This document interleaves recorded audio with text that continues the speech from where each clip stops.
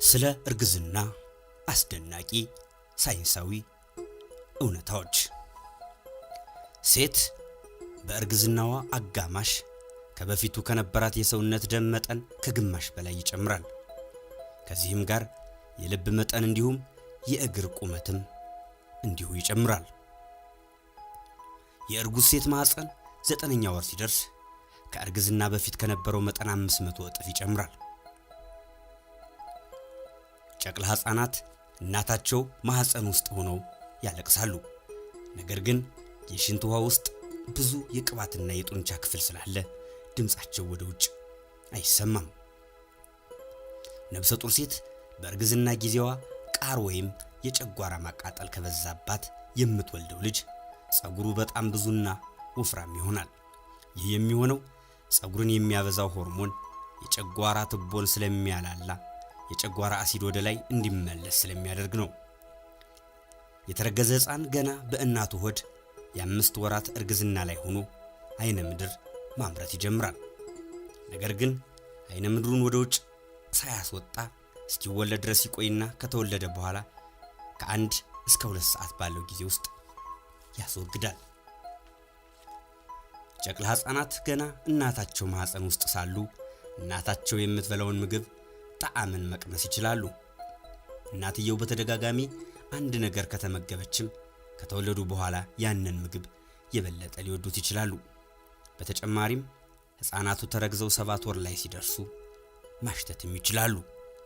እንዲያውም የሽንት ውሃ ውስጥ ስላሉ በተለይ መጥፎ የሆነ ሽታ ሊረብሻቸው ይችላል።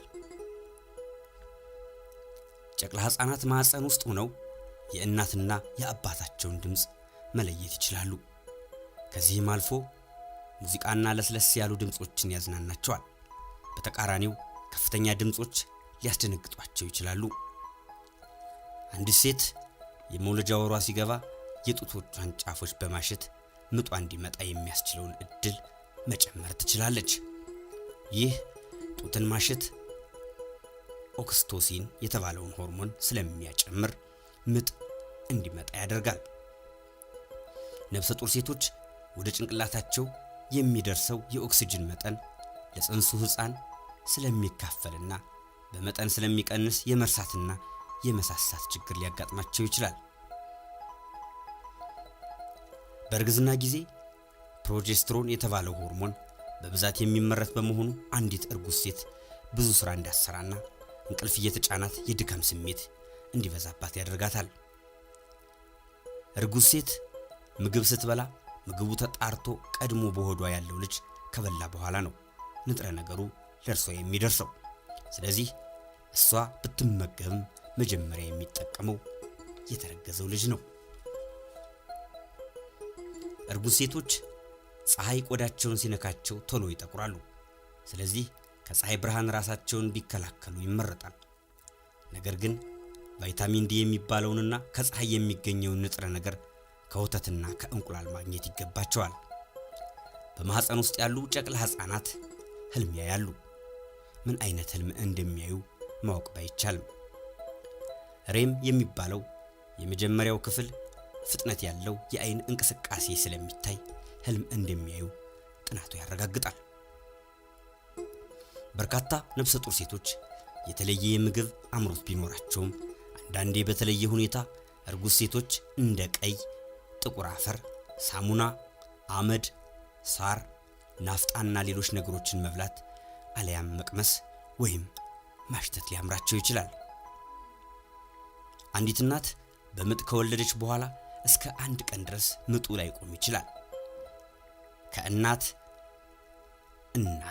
መጠኑ ቢለያይም ማህፀን ወደ ቦታው እስኪመለስ ድረስ ግን ምጡ ሊቆይ ይችላል።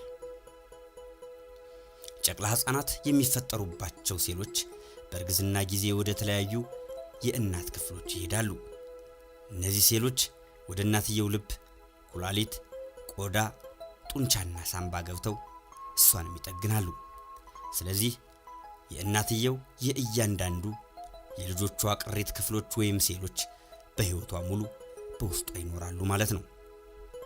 ለመጀመሪያ ጊዜ አንዲት እርጉዝ ሴት ስትወልድ የዳሌ አጥንቶቿን መሃል ለመሃል የሚያያይዘው ቀጭን አጥንት ይላቀቃል። ይህ አጥንት ከዚያ በኋላ ተመልሶ አይጋጠምም።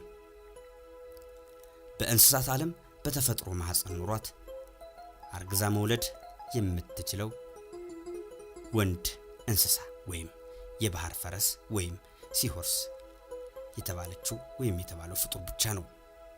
የዛሬውን አበቃን። ስለተከታተላችሁን እናመሰግናለን።